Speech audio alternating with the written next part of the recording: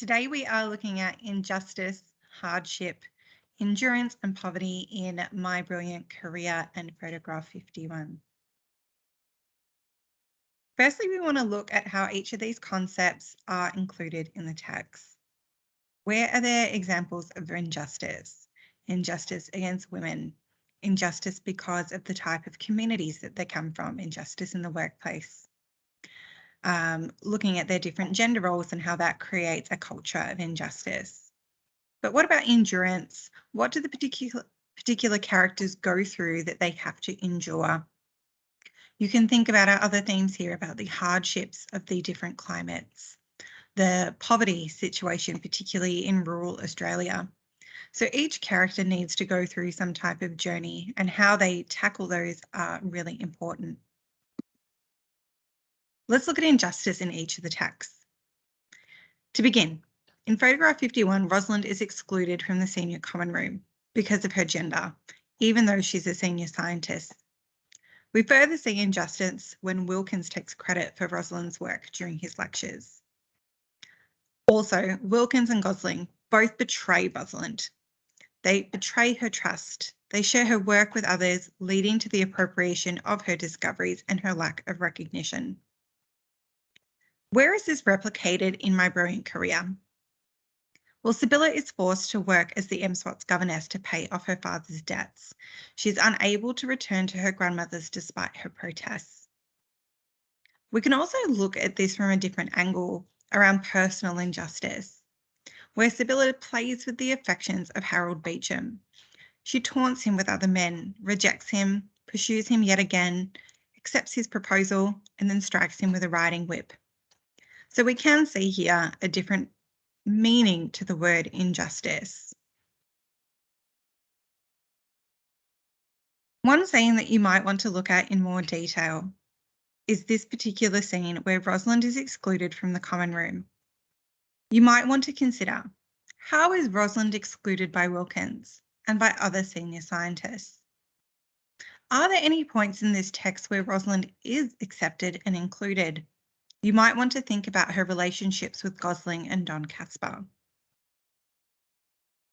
Furthering this, why do you think that Rosalind is excluded? Yes, because of her gender, but why is that the case? You need to look at the era. Where do women sit in the post-war era? What were they doing before? What was Rosalind doing during the war?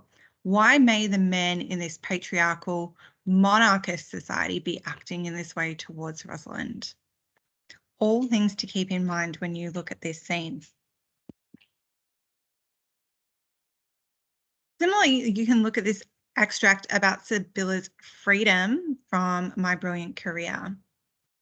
It looks at where Lucy Melvin sends her the letter and is essentially telling her that she must go and work off her father's debts. There are some really good quotes here that you can look at in more detail. What I'd like you to consider is, what does this extract tell us about Sibylla's sense of injustice? Does she understand the unfair expectations placed upon women and families during this era? One of the quotes here from Sibylla is, "The lot of ugly girls is not joyful." She often compares herself to her sister Gertie in the way that she's treated differently. She also talks about the way her mother's letter entered her soul, that Lucy had expressed little regret at the things she was imposing on me. We also need to consider Lucy in this. Why is Lucy doing this to Sibylla? Why does Lucy think that it is just that Sibylla goes to work off the family's debts? Looking at the nature of families in rural Australia during this time. So all of that needs to be part of your discussion. One practice that you could do to help you advance here is answering this question. Zeigler and Franklin depict worlds where women will never be treated justly. Discuss. There's one topic sentence there for you already, but you would be required to write 3 body paragraphs. The next theme is endurance. How is endurance shown in the two texts? Well, in photograph 51, Rosalind continues to make groundbreaking scientific discoveries despite being in an environment fueled by sexism and lack of respect for female scientists. There were comments about her appearance. We have the opening scene with Wilkins and the following conversations, and the desire to prove her work through fear of being discredited if she makes an error. In contrast, in My Brilliant Career, we have Sibylla who struggles against internal and external factors. These inhibit her career and limit her life choices. So the level of endurance that they have is very different. She confesses her appearance will stop anyone from loving her. She's really limited in her own mind about being the daughter of Richard Melvin, and the lack of choices over her choices, the lack of control over her choices, which are controlled by her parents and her grandmother, such as moving to Barney's Gap or pursuing a career on the stage with Everard Gray. So their ability to endure is either enhanced or limited by their eras. One example that you could look at more closely is where Rosalind's obstacles are discussed. You can use this scene to consider, what does Rosalind have to overcome in photograph 51? The beam, yes. The difficulties around collaboration, the difficulties around the open and wary relationships she has to have with people, being self-protective, or being born at another time, or being born a man. You could then look at each of these obstacles and say, why do they exist? Why is it that Rosalind doesn't want to collaborate? Why is it that it would be better that she was born a man or at another time? And what does this tell us about the idea of endurance? You could contrast this with the limits on Sibylla, looking at this key scene. Again, what obstacles must Sibylla overcome? And how do you think these limitations develop on a young girl? We can see some quotes where Sibylla talks about Everard Gray and the way that Everard wants to take her upon the stage and talks highly of her talents. Yet she rejects the way that he compliments her. The handsome gentleman is very kind to amuse himself at the expense of a little country bumpkin. And how dare anyone ridicule me by paying idle, brainless compliments?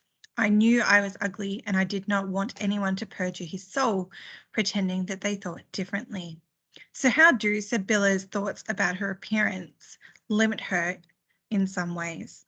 And how does she endure this throughout the text?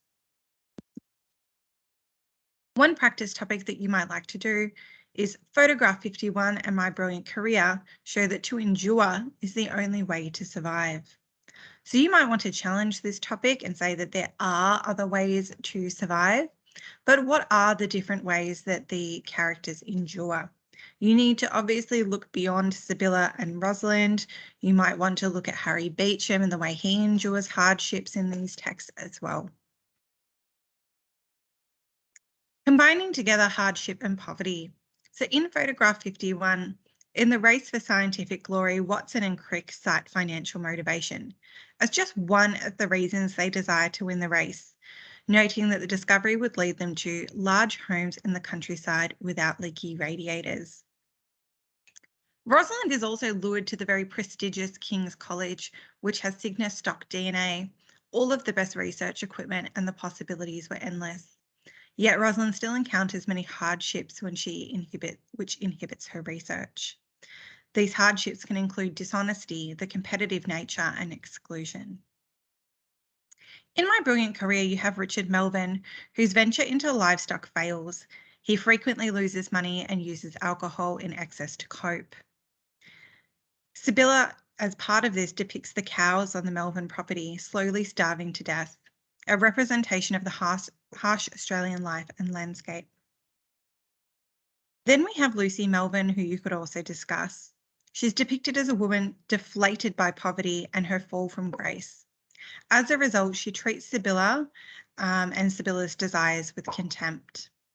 As mentioned before, Harold Beecham could be a person that you look at as well, as he loses 5 bob down and his assets at one stage. This example between Crick and Watson is a great passage to look at. How do poverty and hardship motivate Watson and Crick? What other factors also encourage them to appropriate Rosalind's work? And what other examples of hardship or poverty could we consider from the play? You can see there some of the quotes about large homes in the countryside, discussions about whether their mothers would stop asking why they went into science, etc., as some of their motivations for doing what they do to Rosalind. Lastly, there are some extracts here about Harold Beecham and his losses. Firstly, you could talk about Sibylla and Mr. Emsworth's conversation, where he pretty much advises her to not pursue a relationship with any man who doesn't have property behind him. Sibylla then reflects, saying that he was rich, he would not need me now, my obligation to him ceased to exist. So again, her reflection when Harry does obtain his wealth back and how she would then fit into his life. You could also look at the different letters throughout this text, in particular this one between Harold and Sibylla on page 349, where he basically says he will come to take possession of her. So think carefully, which characters are motivated by material wealth and what else motivates them? One final question that you might like to practice with. Zeigler and Franklin show that humans are essentially fueled by greed, ambition, and control over others. Do you agree? And of course, you would need to challenge that question as well. You don't have to fully agree with it. You can consider to what extent. Okay, and that leads us to the end of today's session.